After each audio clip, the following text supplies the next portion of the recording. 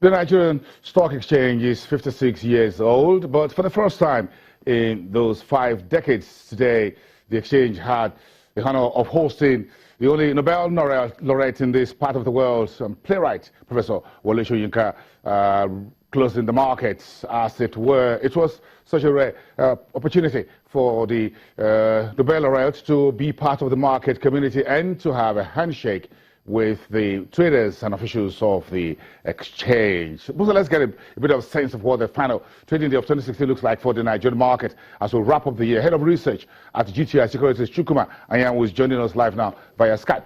Good afternoon, Chukwuma. Did you have any chance of getting a handshake with the Nobel laureate professor?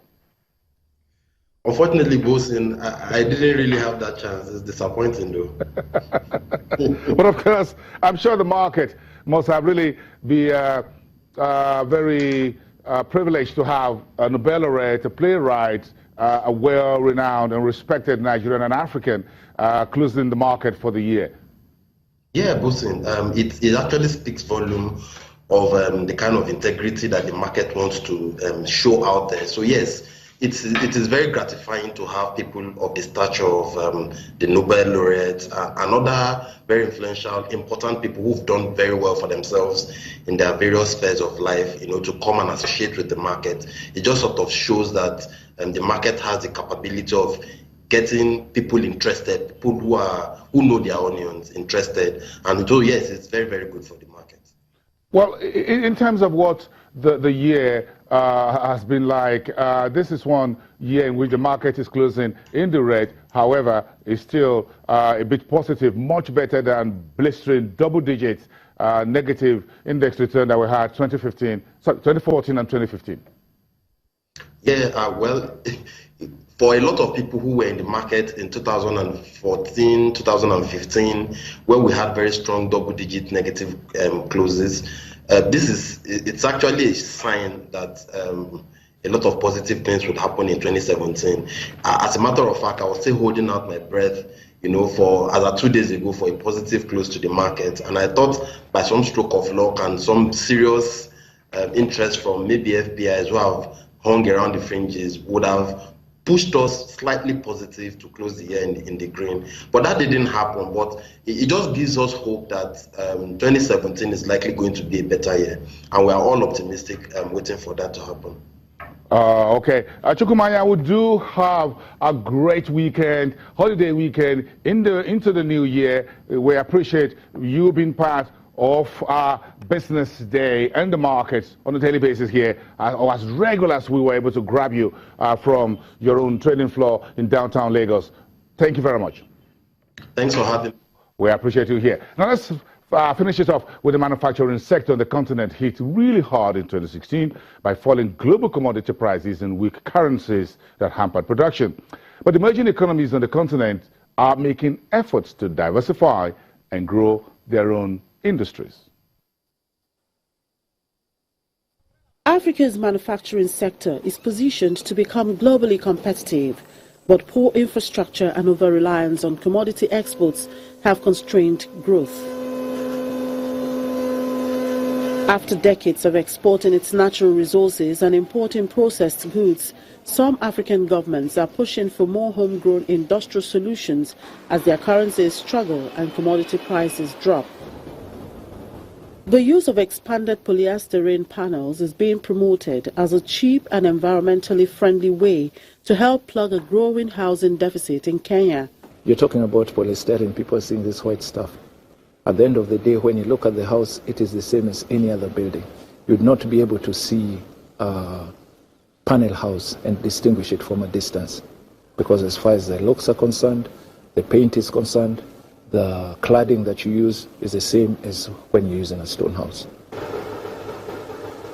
In South Africa, the James Sedgwick Distillery, which has been making Baines Cape Mountain whiskey for over 30 years, looked to demand for luxury drinks among the country's growing elite to grow its business. We are the only commercial whiskey distillery on the continent of Africa. There are a few people who make whiskey on a very small scale, but not on the commercial scale which we do. So, back in 1977, when we started making whiskey, we didn't realize at that stage that we would grow to where we are now. Meanwhile, Nigeria is trying to show that it can export more than oil as global prices of the commodity fall, but currency woes are holding businesses back. Innocent vehicle manufacturing struggled to meet its target because dollar shortages meant it could not afford to buy imported components. Our production capacity last year was 4,000 vehicles for all the models. This year, we plan to get up to 6,000, but unfortunately, because of the issue of foreign exchange, suction of foreign exchange, we did not move much. Given that Nigeria imports everything from milk to machinery, some were able to tap into the fast-moving consumer goods segment instead. What we need to do is to change our business model as a country and also sell outside so we can earn dollars ourselves. And that is what Ethiopia does, Kenya does, and other countries do. They don't have oil, so they have to get their dollars, they have to sell what they make into the international market. There was also renewed debate this year about the African Growth and Opportunity Act, a flagship of U.S. trade policy in Africa, and how it should encourage further industrial growth for the continent. But analysts say tariff-free access was not enough, and exporters needed to diversify their offerings. I would say don't surrender to the U.S. to prepare you to be export ready. Once your country is AGOA eligible, you should invest heavily in your population to have a constituency of exporters that can take advantage of AGOA. A range of problems hold back African exports, from poor transport links to costly electricity, lack of bank credit, corruption and bureaucracy. We thank everyone for watching.